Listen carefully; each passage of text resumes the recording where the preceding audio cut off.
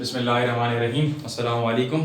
Chapter number 11 का part 1 हमने कर लिया था, जिसमें हमने ऑलमोस्ट 40% काम कर लिया था न्यूमेरिकल्स को हटा के। ठीक है, अब चैप्टर नंबर 10 का पार्ट 2 जो कि बड़ा इंपॉर्टेंट है। अच्छा, एक बात बड़ी चल रही है भाई कि एमसीक्यूज में पेपर आएगा या थ्योरी में पेपर आएगा। देखो अभी तक ये सिर्फ अफवाहें हैं। ठीक है, अभी तक इसमें हाँ आईबीसी वालों ने ये एक सजेशन दी है उनको, लेकिन अभी तक कंफर्मेशन नहीं है इसकी कोई भी। ठीक है, तो हम अभी तक उस पर जा नहीं सकते जब तक हमारे पास बोर्ड की ऑफिशियल प्रेस रिलीज ना आए। और इंशाल्लाह जब भी बोर्ड की ऑफिशियल प्रेस रिलीज आएगी मैं आपको सबसे पहले बताऊंगा इंशाल्लाह। ठीक है, दूसरी बात, किसी ने पूछा था कि सर न्यूमेरिकल्स तो है ही नहीं।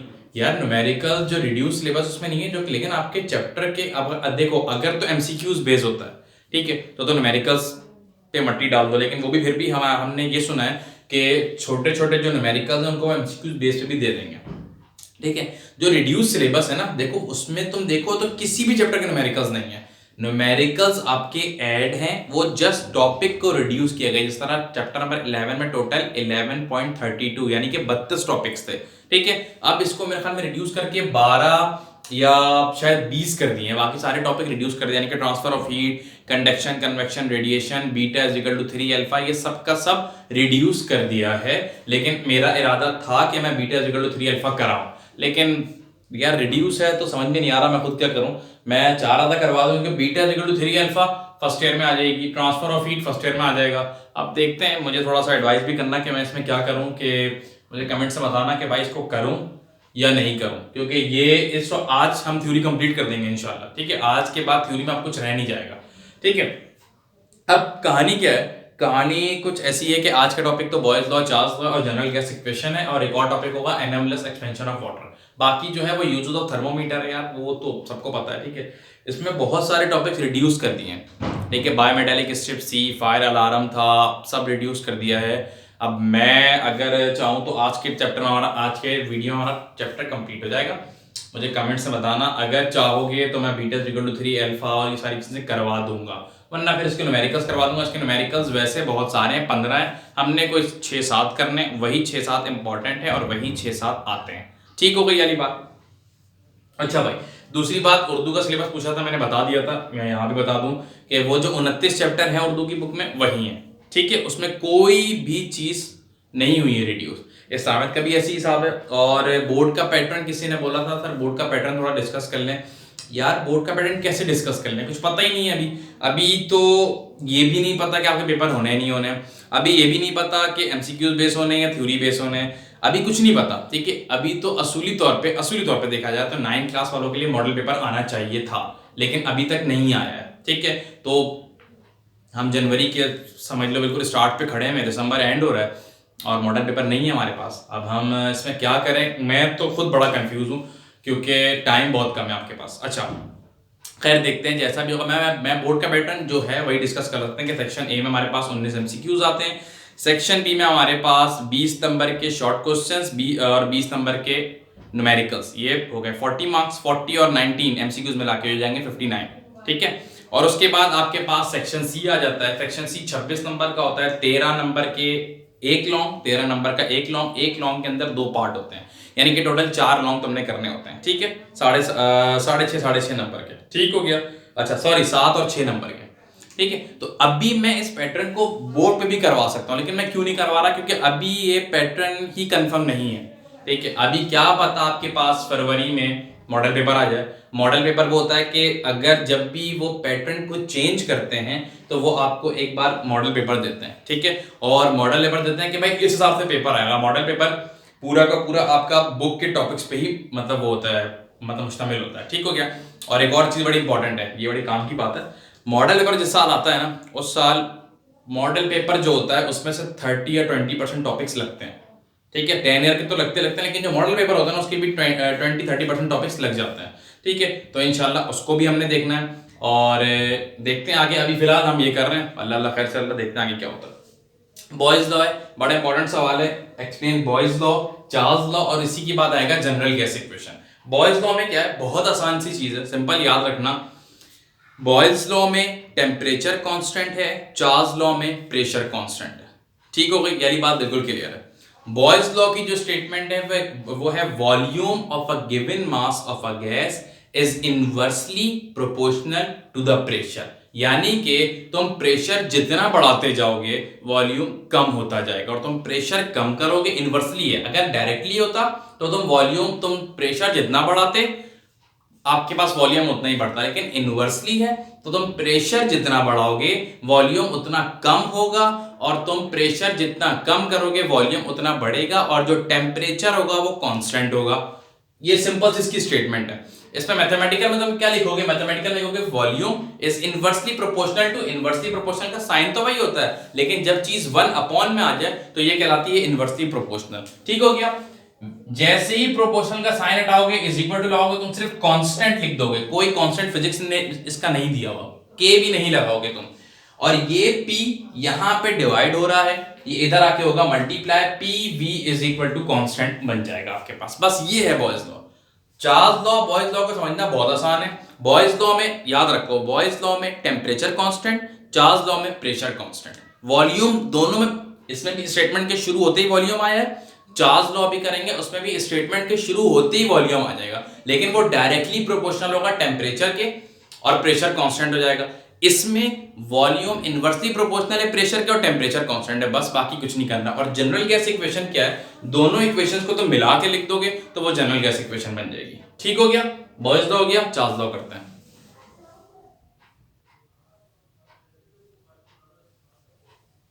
आ जाओ भाई अब इस पे चार्ल्स लॉ पे। मैंने बताया था अभी, 1 मिनट इसको अभी ना देखना। बॉयज लॉ क्या था? बॉयज लॉ ये था कि volume of a given mass of a gas, यानी कि वॉल्यूम इनवर्सली प्रोपोर्शनल है प्रेशर के और टेम्परेचर कांस्टेंट है।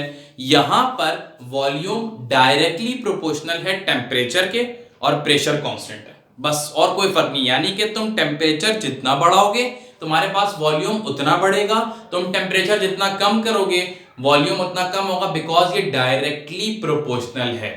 ठीक हो गया। इसका मैथमेटिकल बहुत आसान, V directly proportional, inversely proportional, दोनों के लिए साइन हम एक ही इस्तेमाल करते हैं, हम शुरू से करते हुए आ रहे हैं। बस इनवर्सली प्रोपोर्शनल 1 में आ जाता है, डायरेक्टली प्रोपोर्शनल ऐसे ही रहता है। प्रोपोर्शनल का साइन हटा, कांस्टेंट लग गया, और ये T इसके साथ हो रहा है मल्टीप्लाई, इधर आके हो जाएगा divide, V upon T is equal to constant. ये हमारे पास हो गया चार्ल्स लॉ। बहुत सिंपल सा टॉपिक है यार, जस्ट छापो, रिवाइज करो, समझ आ चुका होगा इसको बिल्कुल एक तरीके से। अच्छा मजे की बात, ये वो टॉपिक्स हैं, ये छोटे छोटे वो टॉपिक्स हैं। ये टॉपिक्स अगर फॉर एग्जांपल एक लम्हे के लिए हम सोच लें कि पेपर एमसीक्यूज बेस आ रहा है, ठीक है, ये एमसीक्यूज में भी आ सकता है, ठीक है, लेकिन अभी तक कंफर्म नहीं है। देखो बहुत सारे लोग बहुत सारी बात करते हैं, मैं बताऊं, मैं आपको बिल्कुल ऑफिशियल न्यूज बता रहा हूं कि अभी तक इसका कंफर्म नहीं है एमसीक्यूज का, इसलिए इस आसरे में नहीं बैठना। खैर है, चिल करो आराम से, पेपर तो होंगे ही नहीं, एमसीक्यूज होंगे, एमसीक्यूज कर देंगे।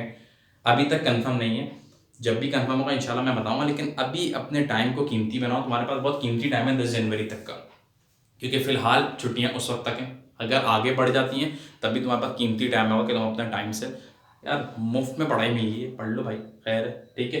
अच्छा, अब इसके बाद एक और बड़ा इंपॉर्टेंट टॉपिक है, जो तुमने अभी इक्वेशन निकाली है बॉयज लॉ की, चार्ल्स लॉ की, इन दोनों को कंबाइन कर दोगे तो जनरल गैस इक्वेशन बन जाएगी। कैसे होगी कंबाइन? अगला सवाल देखो, ये बड़ा इंपॉर्टेंट सवाल है जनरल गैस इक्वेशन का, बिकॉज ये 9 में भी है, मैट्रिक में भी है, फर्स्ट ईयर में भी है, ठीक है। इसको देखते हैं जनरल गैस इक्वेशन को।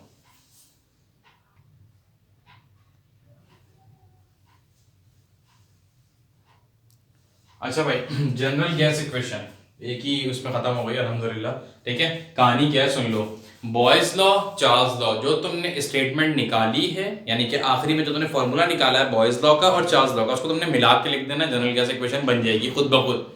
लिखा हुआ क्या है? Let P, V and T, यानी कि P for pressure, V for volume, T for temperature respectively of a gas. ठीक हो गया। अकॉर्डिंग टू बॉयज लॉ, तुमने पहली लाइन लिखी अकॉर्डिंग टू बॉयज लॉ, तुमने बॉयज लॉ का फॉर्मूला क्या निकाला था? V is inversely proportional to 1/P, equation number 1 बन गई। ठीक हो गया। अकॉर्डिंग टू चार्ल्स लॉ, तुमने चार्ल्स लॉ का तुमने फॉर्मूला क्या निकाला था? V is directly proportional to T, equation number 2 बन गई, इक्वेशन 1 2 बन गई। अब आ जाओ कंबाइनिंग इक्वेशन 1 एंड 2, तुमने जैसे ही कंबाइन किया, 2 बार V था तुम्हारे पास, तुमने 1 बार लिखा, प्रोपोर्शनल का साइन 2 बार था, तुमने 1 बार लिखा, T जब 1 से मल्टीप्लाई होगा क्या बनेगा? T, यानी कि T अपॉन P बन गया। यहां तक की बात क्लियर हो गई। अब आ जाओ तुमने प्रोपोर्शनल का साइन हर हालत में हटाना होता है, प्रोपोर्शनल का साइन हटा के इज इक्वल टू लगता है, लेकिन अगर कोई कांस्टेंट होता है तो वो आप लगाते हो। हमने लगाया कांस्टेंट, जैसे ही प्रोपोर्शनल का साइन हटा ये कांस्टेंट आ गया r और t upon p as it is रहा है। अब तुमने बताना है कि r है क्या। जिस तरह याद होगा कि न्यूटन्स लॉ ऑफ ग्रेविटेशन में कैपिटल G आ गया, तो हमने बताया था कि here G is gravitational constant. यहां पर R क्या है, here R is general gas constant, और जब कोई आपको कांस्टेंट दिया हुआ होता है याद रखना उसकी वैल्यू भी होगी कोई, and it's value is 8.314 joule पर केल्विन। ठीक हो गई बात। अब PV इक्वल टू RT, अभी कहां से बना भाई RT, ये P यहां पर हो रहा था डिवाइड, ये इसके पास आया तो हो गया मल्टीप्लाई, ये बन गया PV, ये आ गया PV, और R और T ऐसे ही आ गए एज इट इज। यहां तक की बात खत्म है। उसके बाद एक स्टेप और बढ़ाना है, वो क्या है, ये तो बात हो गई अगर PV इक्वल टू RT बन गया, अगर मुझे मोल ऑफ गैस यानी कि 1 mole of gas, 2 mole of gas, 3 mole of gas यानी कि n मोल ऑफ गैस, मैंने n फॉर नंबर है, ठीक है, मतलब for number of mole of gases, यानी कि मुझे अगर 1 का निकालना, 2 का निकालना, मैं क्या करूंगा, मैं PV को ऐसे ही रखूंगा, मैं बस RT से पहले वर्ड n यूज कर दूंगा मोल ऑफ गैसेस निकालने के लिए, और वो जितने n होंगे मैं उसको n की जगह पे पुट कर दूंगा। ठीक है, this is called general gas equation. ये 9 में भी आ रही है, फर्स्ट ईयर में भी आ रही है, सेकंड ईयर में भी, मतलब मैट्रिक में भी आ रही है। ठीक हो गया। तो ये बड़ा इंपॉर्टेंट टॉपिक है आपके पास जनरल गैस इक्वेशन का। करना क्या है इसमें, सिर्फ और सिर्फ दोनों इक्वेशंस को हमने मिला के लिख देना है बस, और कोई फर्क नहीं है इसमें। ठीक हो गया। अब हमारे पास इस चैप्टर का लास्ट, वैसे अजीब सा लग रहा है यार कहने में, चैप्टर 11 हमारे पास ऐसा होता था कि शुरू होता था तो खत्म होने का नाम नहीं लेता था, लेकिन रिड्यूस सिलेबस में उसको इतना रिड्यूस कर दिया कि अजीब शर्मिंदगी सी हो रही है। खैर, एनएमएलएस एक्सपेंशन ऑफ वाटर करते हैं।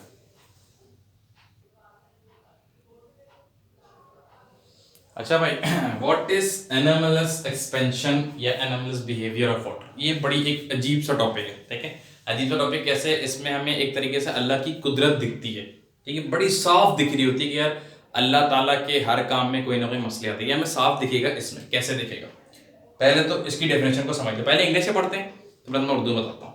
Water at 0 degree centigrade when heated contract up to, जब हम वाटर को हीट कर रहे हैं, ठीक है, तो बॉयल तो 100 डिग्री सेंटीग्रेड पे होता है। वाटर का टेम्परेचर, फॉर एग्जांपल वाटर है, इसका टेम्परेचर 0 डिग्री सेंटीग्रेड, इसको मैंने हीट किया, 4 डिग्री सेंटीग्रेड तक वो कॉन्ट्रैक्ट होगा।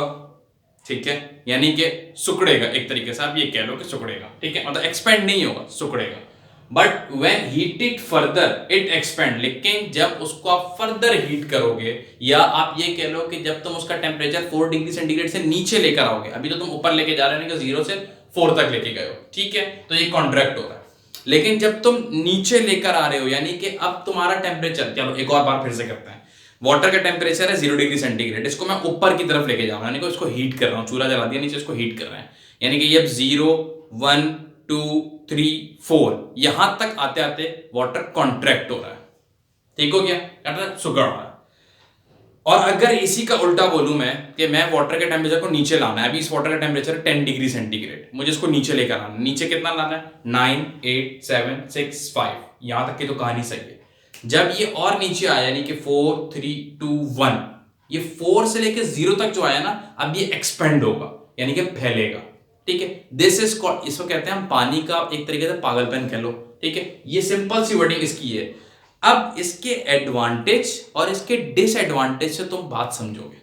अब तुम समझोगे, कैसे समझोगे, सुनो। एडवांटेज क्या है, एडवांटेज ये है कि पानी हमारे पास, हम इस कर दूं चलेगा, फॉर एग्जांपल हम किसी ठंडी जगह पे पहुंच, अच्छा ये हम किसी ठंडी जगह पे हैं, ठीक है, और वहां पर झील है, ठीक है, और मैं भी नाम मेरे ध्यान से निकला, मैंने कुछ दिनों पर उसकी न्यूज़ पढ़ी थी कि वो बंदे ऊपर स्लाइडिंग कर रहे हैं, वो झील इतनी ज़्यादा जम चुकी है, इतनी ज़्यादा जम चुकी है कि उसके ऊपर बंदा चल रहा है। ठीक है, अब जहन में एक जरा अपने दिमाग में बात डालो कि अगर बंदा ऊपर चल रहा है झील के, यानी कि वो जम चुकी है, नीचे जो उसकी मरीन लाइफ है, जो कि मछलियां हैं, जो कि और आबी जानवर हैं, उनका क्या हुआ होगा। अल्लाह ताला का करिश्मा ये है कि वो नीचे की चीज नहीं जमती, सिर्फ और सिर्फ ऊपर की चीज जमती है। क्यों जमती है, in cold areas the water in lakes और rivers cooling take place the surface water is cooled below 4 degree centigrade. ठीक है, जो ऊपर की सरफेस है ना, उसका टेम्परेचर 4 डिग्री सेंटीग्रेड से नीचे आ जाता है। मैंने कहा जब 4 डिग्री सेंटीग्रेड से नीचे आएगा तो एक्सपैंड हो जाएगी, यानी कि वो एक तरीके से जमना शुरू हो जाएगी बिल्कुल बहुत ज्यादा, ठीक है, और वो अपना एरिया वो ज्यादा जगह लेना शुरू कर देगी, तो जम जाएगी। एडवांटेज क्या है, अभी ऊपर की तो एरिया पूरा का पूरा जम गया है, लेकिन नीचे अल्लाह ताला का करिश्मा ये है कि पानी बहता रहेगा। नीचे पानी क्यों बह रहा है? अल्लाह ताला ने सिर्फ ऊपर के टेम्परेचर को नीचे क्यों किया 4 डिग्री सेंटीग्रेड से? अल्लाह ताला ने उसी झील के नीचे वाले पानी का टेम्परेचर 4 से नीचे नहीं लेके आया, अल्लाह 4 से ऊपर ही है, 4 से ऊपर है तो बह रहा है। 4 डिग्री सेंटीग्रेड से नीचे आ जाता तो नीचे का भी जम जाता। नीचे का इसलिए नहीं जमा क्योंकि अगर नीचे का भी जम जाएगा तो जितनी हमारी मरीन लाइफ है सबको नुकसान होगा, तमाम मछलियां आपकी मर जाएंगी, ठीक है। तो ये सबसे बड़ा एडवांटेज है। इसी का डिसएडवांटेज क्या है, मैंने यहाँ पे लिखा नहीं, मैं भी लिखता हूँ। डिसएडवांटेज ये, अब वो जो कोल्ड एरिया है उनमें पाइपलाइन है, अब पाइपलाइन में पानी जम गया, ठीक है, मतलब जाहिर है यार, मतलब हम अगर स्कर्दू चले जाए, वहां पे क्या हुआ, पाइपलाइन बिछी हुई है, ठीक है, अब तो खैर बहुत थोड़ा टेक्नोलॉजी ने फास्ट कर ली, पाइपलाइन बिछी हुई है, अब टेम्परेचर वहां पे माइनस में चल रहा है, तो पानी का टेम्परेचर 10, 9, 8, 7, 6, 5, 4 तक तो आ गया सही। जैसे ही 4 से नीचे हुआ तो जब वो पाइपलाइन के अंदर पानी जमना शुरू हो जाता है तो वो अक्सर वैसे रहता था कि पाइपलाइन बस्ट हो जाती है, फट जाती है। जाहिर है यार, इसके अंदर मैं इंक डाल रहा हूँ, एक हद से ज्यादा इंक अगर इसमें जमा हो जाएगी तो ये फट जाएगी, ठीक है, तो पाइपलाइंस फट जाती हैं। इसी तरह वोल्केनोज होते हैं जो वो आपके सॉरी वोल्केनोज का मैंने वर्ड यूज कर लिया, जो वो होते हैं आपके आबशार जो बहती है, तो वो पहाड़ के अंदर जो है ना वो पानी जम जाता है। जब वो जमना शुरू होता है तो वो इतना ज्यादा जम जाता है कि पहाड़ में क्रैक्स पड़ जाते हैं एंड देन वो आबशार बहना शुरू हो जाती है। ठीक हो गया, तो एडवांटेज इसका ये रहा। डिसएडवांटेज, अच्छा इसकी आखिरी लाइन, इसकी यहां तक की लाइन में लिखी है, अभी इसकी एक लाइन बाकी है, उसको मैं वहां पे लिखूंगा और फिर मैं उसके नीचे से डिसएडवांटेज शुरू कर दूंगा, ठीक है।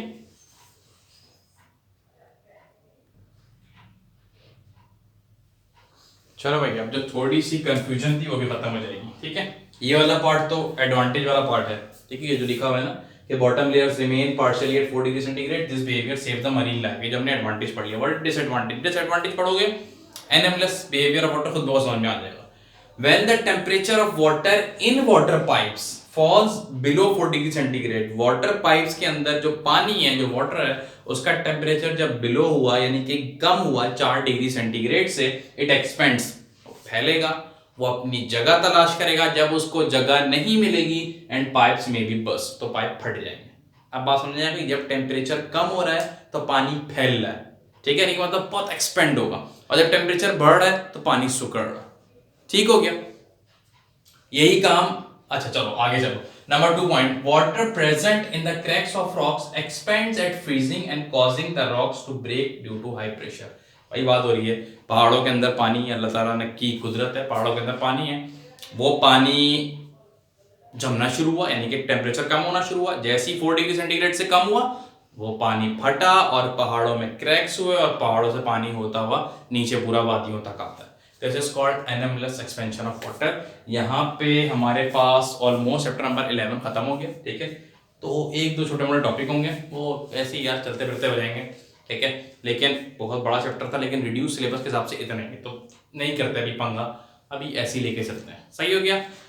अब इसके हमारे पास रह गए न्यूमेरिकल्स। न्यूमेरिकल्स जो मैं करवाऊंगा इंशाल्लाह, कोशिश ये है कि 1 से 2 दिन के अंदर करवा दूं। न्यूमेरिकल्स के बाद क्लास 9 का काम खत्म, यानी कि क्लास 9 का सिलेबस कंप्लीट, जस्ट रह जाएगा क्लास 10 का, और फिर हम मैथ्स को करना शुरू करेंगे इंशाल्लाह उसी तरीके से सिलेक्टिव चंद पॉइंट्स, मतलब इंपॉर्टेंट क्वेश्चंस करवाता जाऊंगा। चैप्टर में 2 में 2.7 2.8 कराऊंगा, 3 में एक एक्सरसाइज कराऊंगा, 4 5 मतलब इंपॉर्टेंट काम करवाता जाऊंगा। फिर अगर फर्दर कोई मसला होगा तो तुम लोग मुझसे पूछ सकते हो, ठीक है। अभी एक कमेंट आया है, मैंने भी चेक किया था, तो भाई आप आर्मी, नेवी और एयरफोर्स की, यार आपको मैं कोशिश करता हूँ कि इसकी वीडियो बना दूँ किसी भी दिन, मतलब चलते फिरते बना दूंगा, जरूरी नहीं कि अपने कमरे में खड़े होकर बनाऊंगा, मैं चलते फिरते बना दूंगा। तो मैं अगर फिर भी कोई मसला है किसी भी टॉपिक से रिलेटेड, आर्मी, नेवी या एयरफोर्स में कोई भी टेस्ट देने से, कोई कोर्स का तुम्हें सेलेक्ट करना है, तुम्हारी अपनी क्वालिफिकेशन मुझे बताओ, सर मैंने ये कर लिया, आप मुझे बताएं मेरे लिए कौन सा कोर्स सही होगा, मैं तुम्हें बिल्कुल उसी वक्त हाथ के अंदर बता दूंगा, ठीक हो गया। वरना अदरवाइज मैं तुम्हें एक दिन इंशाल्लाह आर्मी, एक दिन नेवी, एक दिन एयरफोर्स, इन तीनों को एक एक दिन लेके उसमें कौन कौन से कोर्स आते हैं, कौन कौन से सिलेक्शन क्राइटेरिया आते हैं, मैं वो तुम्हें बता दूंगा, ठीक हो गया। ये चैप्टर नंबर 11 का सारी थ्योरी हमारे पास हो गई, इसका सिर्फ और सिर्फ न्यूमेरिकल्स रह गए। इंशाल्लाह 2 से 3 दिन के अंदर न्यूमेरिकल्स कंप्लीट करने के बाद चैप्टर 9 का सिलेबस क्लास 9 का सिलेबस कंप्लीट, मैथ शुरू करेंगे, क्लास 10 हमारे साथ चलेगी चैप्टर नंबर 19 तक, ठीक है। ठीक है जनाब, इसको देखो समझो, कोई मसला हो तो तुम इसको कमेंट सेक्शन में आके मुझसे पूछ सकते हो, ठीक है। Thank you.